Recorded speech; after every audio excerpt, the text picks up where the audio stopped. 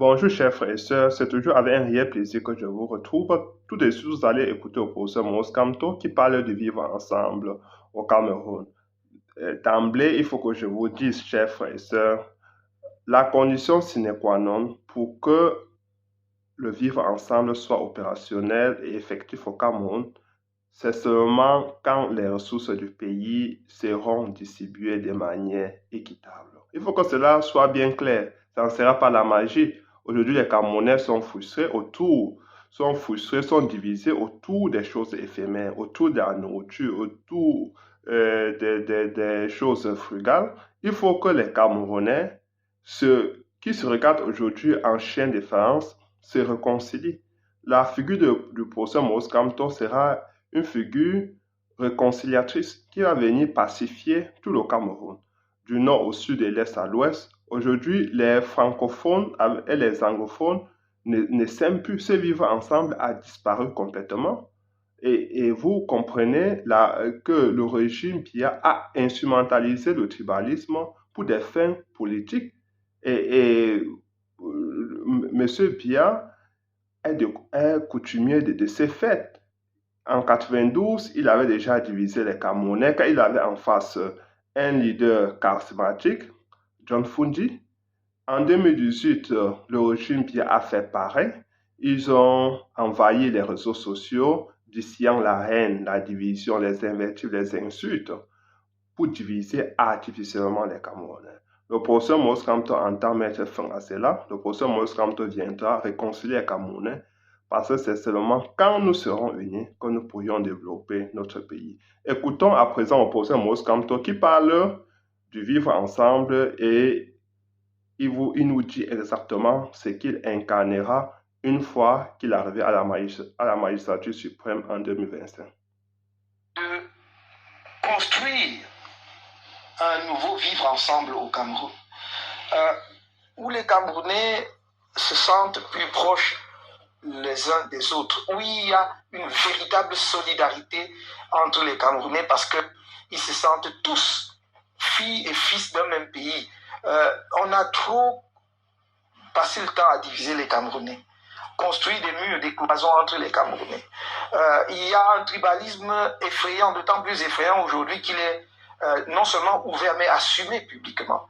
Et il me semble qu'on ne peut pas aller dans cette direction plus longtemps, que notre pays a besoin d'être mobilisé et soudé pour relever le défi. L'a relevé dans son discours récemment.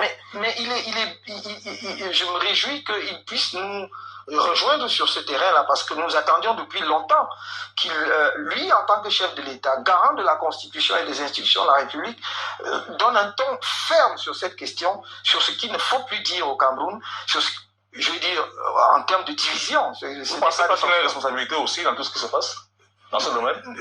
Nous n'en sommes pas là, on y reviendra si vous voulez, mais pour l'instant, permettez-moi d'expliquer aux Camerounais ce que nous entendons donc par ce pacte républicain. Ce vivre ensemble est fondamental. Au lieu de passer le temps à opposer les Camerounais entre eux, il faut qu'on les prépare à relever le défi auquel notre pays est confronté et sera encore plus confronté demain, qui est le défi de la mondialisation. Nos adversaires, c'est pas le voisin. C'est pas la peine de croire que c'est le gars de l'ouest ou du nord ou du centre ou de l'extrême nord qui est votre. L'adversaire est à l'échelle mondiale. Et la compétition est à l'échelle mondiale. Il vient d'Asie, il vient d'Amérique, il vient d'Europe. Et nous devons préparer notre jeunesse à affronter ce défi-là et non pas notre. Comment cette fusion-là, les Camerounais, comment est-ce que vous la faites? C'est sur plusieurs plans.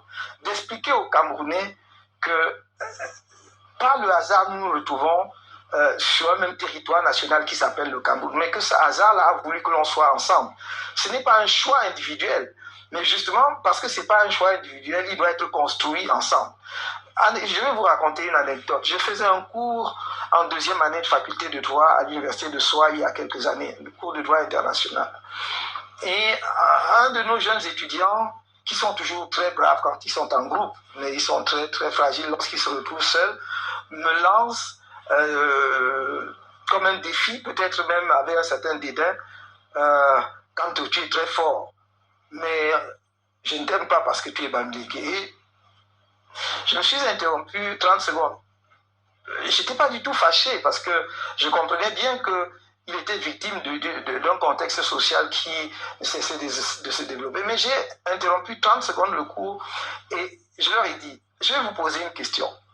Si la réponse n'est pas celle à laquelle je pense, alors j'aurais perdu mon temps. Je vais arrêter mon cours. Et je leur ai dit, posez la question suivante. Qui d'entre vous a choisi de naître là où il est né? Qui? Nous venons tous de quelque part. Et je suis fier de venir de là d'où je viens. Mais je n'ai aucun mérite d'être né là-bas. Ça doit donc ni être un motif de complexe de supériorité, ni un motif de complexe d'infériorité ou de mépris encore moins pour les autres. C'est un de mes bons amis qui me citait un proverbe bafia que j'ai traduit de la façon suivante.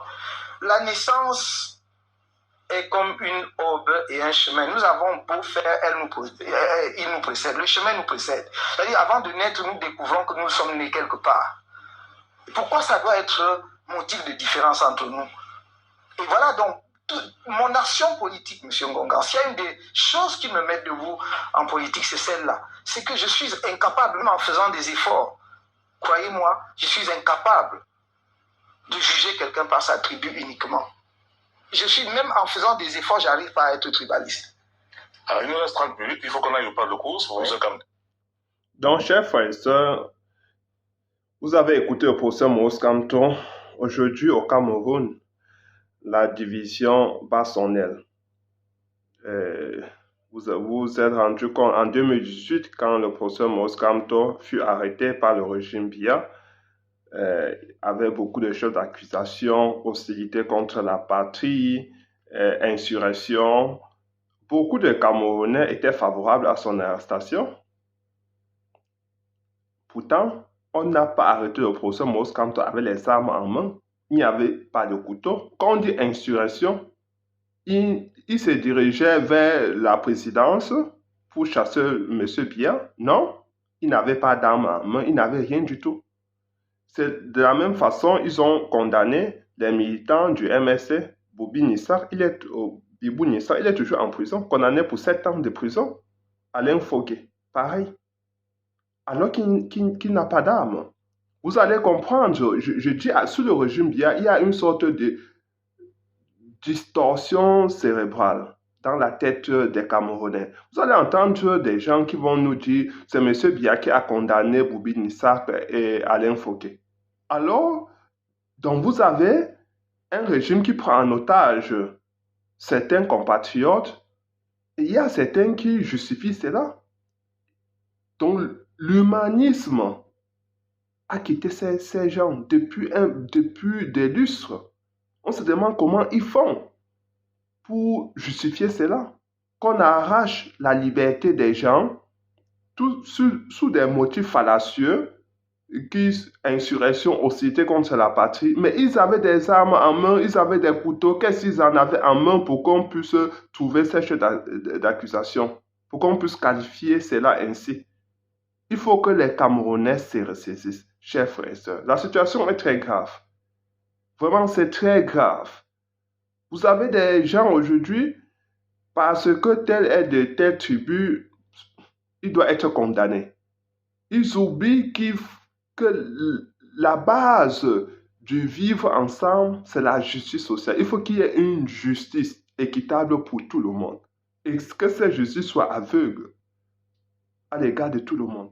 C'est là qu'il est question. M. Biya a détruit notre société à tous les niveaux.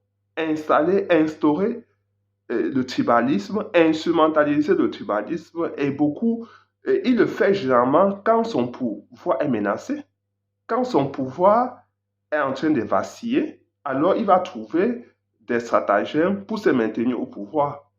Et le plus souvent, c'est le tribalisme, parce que c'est facile de dire à son frère, à sa soeur, qui n'en a jamais profité de son régime, que je ne t'ai rien donné, mais si l'autre arrive au pouvoir, ça serait pire pour toi. Donc on dit ça pour effrayer les Camerounais, pour effrayer ceux qui voudraient supporter et soutenir le procès Maurice Kamto. Mais je crois que les Camerounais ne sont plus dupes.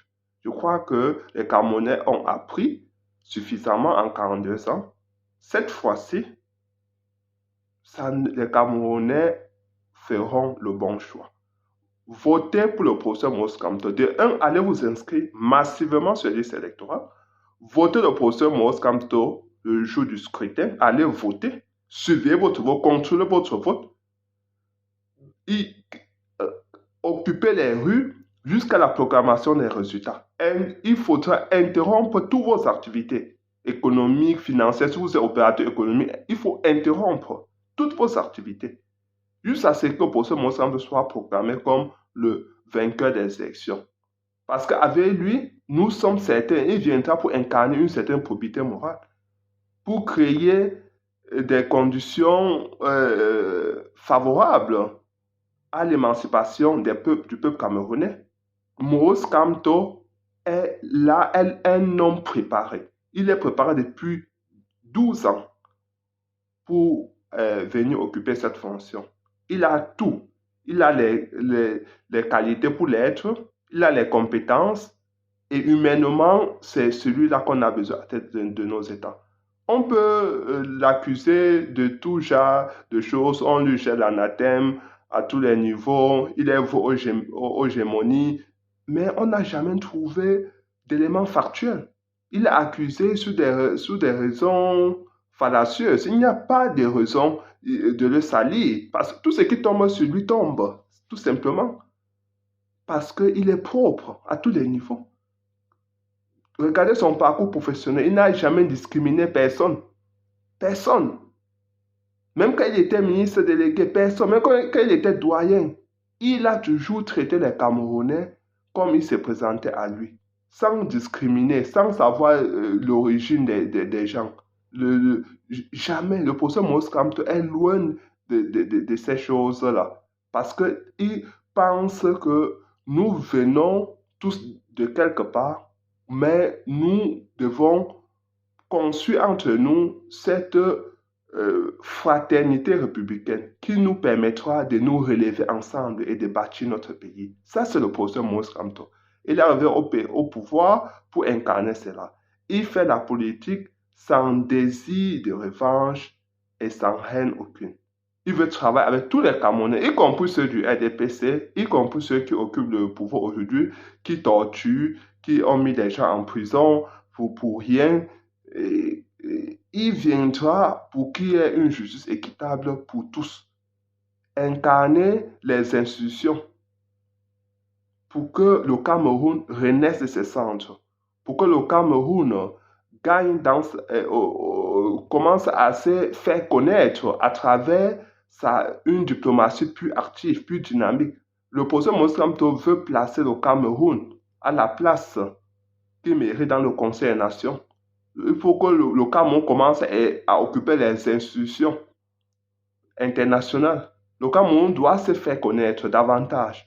Que le passeport camerounais commence à avoir une certaine valeur. Que les diplômes des Camerounais gagnent de la valeur, cette valeur qu'il avait dans les années 80, 70 et 80. Sous M. Ahidjo, les diplômes camerounais étaient respectés. Les Camerounais étaient respectés. Donc, chers frères et sœurs, partagez cette vidéo, abonnez-vous massivement pour qu'ensemble nous portions la candidature au professeur Maurice Kamto jusqu'en 2025. Bonne soirée. Ciao.